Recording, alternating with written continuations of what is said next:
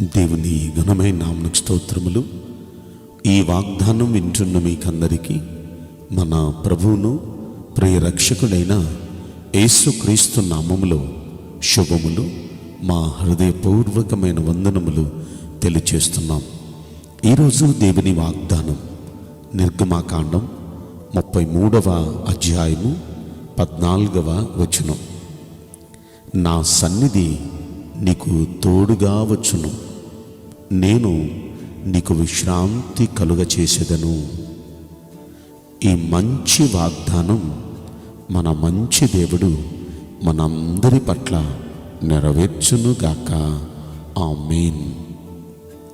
ఈ వాగ్దానం మన దేవుడు తన భక్తుడైన మోషేకు ఇస్తున్న వాగ్దానం. మోషేకి ఈ వాగ్దానం ఇవ్వటానికి గల కారణం ఏంటంటే, మోషే ఒక ప్రార్థన చేస్తాడు. ఆ ప్రార్థనకు ముందు దేవుడు మోషేతో అన్నాడు, ఈ ప్రజలైన ఇశ్రాయేలుని తీసుకుని నువ్వు వెళ్ళు, అయితే నేను మీతో రాను. ఎందుకు రానంటే, వీరు లోబడనొల్లని ప్రజలు కనుక నేను వీళ్ళతో రాను. ఈ ప్రజలను తీసుకుని వెళ్ళు. నేను వాగ్దానం చేశాను కదా, ఆ వాగ్దాన దేశమైన ఆ పాలు తేళ్లు ప్రవహించు దేశం, ఆ కానాన్ దేశం నేను ఇస్తాను. నా వాగ్దానాన్ని నేను నిలబెట్టుకుంటాను, కానీ నేను మీతో రాను, తీసుకొని వెళ్ళు అన్నాడు. దానికి మోషే బ్రతిమలాడుతున్నాడు, అయ్యా వారు తప్పు చేశారు, వారు చేసిన తప్పును బట్టి మీరు రాను అంటే, అయ్యా మీరు రాకపోతే మాకు ఆ వాగ్దాన దేశం కూడా అక్కర్లేదయ్యా.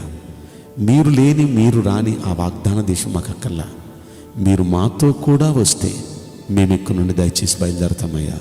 మీరు రాకపోతే మేము బయలుదేరమయ్యా. దయచేసి అయ్యా మీ సన్నిధి మాకు తోడుగా రావాలయ్యా, మీరు మాకు కావాలయ్యా అని బ్రతిమలాడాడు. మోషే అంతగా బ్రతిమలాడేటప్పటికీ అప్పుడు దేవుడు వాగ్దానం చేసి అంటున్నాడు, నా సన్నిధి నీకు తోడుగా వచ్చును, నేను నీకు విశ్రాంతి కలుగచేసేదను అన్నాడు. ప్రియ దైవజనాంగమా, దేవుని సన్నిధిని ఆ రోజు మోషే అలా అడగబట్టి దేవుని సన్నిధి ఇశ్రాయేలీయులకు తోడుగా వెళ్ళింది. ఇశ్రాయేలీయులకి దేవుని సన్నిధి తోడుగా ఉండబట్టి వారి కళ్ళ ముందు ఎన్ని కార్యాలండి. ప్రతిరోజు సమస్య వారికి, కానీ ప్రతి సమస్యను ఆయన అద్భుతంగా చేస్తూ వెళ్ళారు. ప్రతిరోజు వారికి రకరకాల చికాకులు, రకరకాల లోటులు, రకరకాల శత్రుభీతి, రకరకాల భయంకరమైన పరిస్థితులు ప్రతిరోజు. అయితే ప్రతిరోజు ఆయన వారితో కూడా ఉండబట్టి అద్భుతాలు చేస్తూ ఆ సమస్యను అద్భుతంగా మారుస్తూ నోటి నిండా నవ్విస్తూ గంతులు వేసే సంతోషం దేవుడు వారికి ఇస్తూ వచ్చాను. ఈ రోజున మన జీవితంలో కూడా ఇప్పటి వరకు మనకేం జరిగిందో మనకి తెలుసు, కానీ ఇక మీదట మరుక్షణంలో ఏం జరగబోతుందో కూడా మనకు తెలియదు. ఈ తర్వాత రోజు పరిస్థితి మనలో ఎవరికీ తెలియదు. ఎలా ఉంటుందో ఏమో, ఒక భయకంపితమైన వాతావరణం, అనేక సమస్యలు, అనేక ఛాలెంజెస్ ఇప్పటి వరకు మన జీవితంలో మనం ఎదురు చూస్తూ వచ్చాం. ఇక మీదట పరిస్థితి ఎలా ఉంటుందో కూడా తెలియని పరిస్థితుల్లో ఉన్నాం.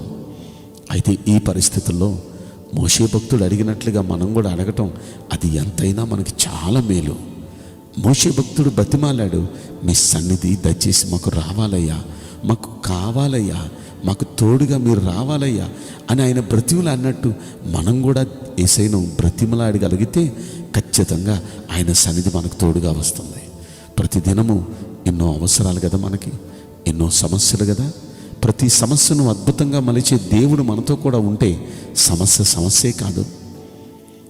అగ్నిగుండం పెట్టారు షడ్రక్ మెషక్ అబేద్నెగోకి, అగ్నిగుండంలో వేసేసారు వాళ్ళని. కానీ ఆ అగ్నిగుండం కూడా వాళ్ళకి ఆనందంగా ఉంది, పాటలు పాడి నాట్యం ఆడుతున్నారు. కారణం ఆయన వారితో కూడా ఉన్నాడు కాబట్టి. సింహాల గుహలో వేసేశారు దానియేలుని, కానీ ఆ సింహాల గుహలో కూడా ఆనందిస్తున్నాడు దానియేలు, ప్రార్థిస్తున్నాడు, పాడి స్తుతిస్తున్నాడు. కారణం సింహాల గుహలో దేవుడు ఆయనతో ఉన్నాడు కాబట్టి. ఆ సింహాల వలన తనకి ఏ ఆపద లేదు, ఏ ఇబ్బంది లేదు.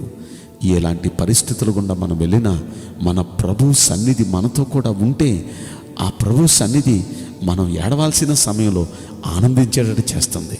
మన అక్కర్లు ఏ కొరతలున్నా కొరతలన్నీ ఆయన సన్నిధి తీరుస్తుంది. ఆయన సన్నిధి మనకు తోడుకుంటే శత్రు భీతి కూడా మనకేముండదు. ఆ శత్రు విషయంలో కూడా ఆయనే చూసుకుంటారు. ఏమైనా సరే మన ముందు భవిష్యత్తు విషయంలో అన్నిటినీ ఆయనే చూసుకుంటారు. అయితే ఆయన సన్నిధి మనకు తోడుగా రావటం మనకెంతో మేలు, ఎంతో మేలు, ఎంతో మేలు. కనుక మనం కూడా ప్రతిరోజు ప్రతి క్షణం ప్రభుని ఈ విధంగా ప్రార్థించడం మనకెంతైనా అవసరం. మోషే ప్రతిరోజు పొద్దున్నే లేవగానే అడిగేవాడు, మీ సన్నిధి మాకు తోడుగా రావాలయ్యా, దయచేసి మీ సన్నిధి మాకు తోడుగా రావాలయ్యా, మాకు మీరు కావాలయ్యా అడిగేవాడు. దేవుడు వారితో కూడా వెళుతూ ఉండేవాడు. మహిమ కార్యాలు వారు చూస్తూ ఉండేవాళ్ళు. మహిమ వారిని నడిపించేది. ఆ మహిమ ద్వారా దేవుడు వారు పోషించేవాడు, వారి అక్కర్లన్నీ తీర్చేవాడు, శత్రుభీతిని తొలగించేవాడు, అద్భుతాలు చేసేవాడు. ఈ రోజున ఆయన సన్నిధి మనకు తోడుగా వస్తే మనల్ని నడిపిస్తాడు, మన అక్కర్లన్నీ తీరుస్తాడు, మన సమస్యలన్నిటికీ పరిష్కారం ఇస్తాడు, మన భయాలన్నీ దూరపరుస్తాడు, అన్ని రీతిలో మనకు ఆయన మేలు చేస్తాడు. కనుక ఆయన సన్నిధి కావాలని అడుగుదామా? నేను మీకోసం ప్రార్థన చేయబోతున్నాను. పరిశుద్ధుడా, ప్రేమగల యేసురాజా, మీ పరిశుద్ధ బంగారు పవిత్రమైన నామమునకు నిండు మనసుతో కోట్ల కొలదిగా స్తుతులు, స్తోత్రములు, వందనాలు చెల్లిస్తున్నాం. మీ సన్నిధి మా అందరికీ ఎంతో అవసరం తండ్రి.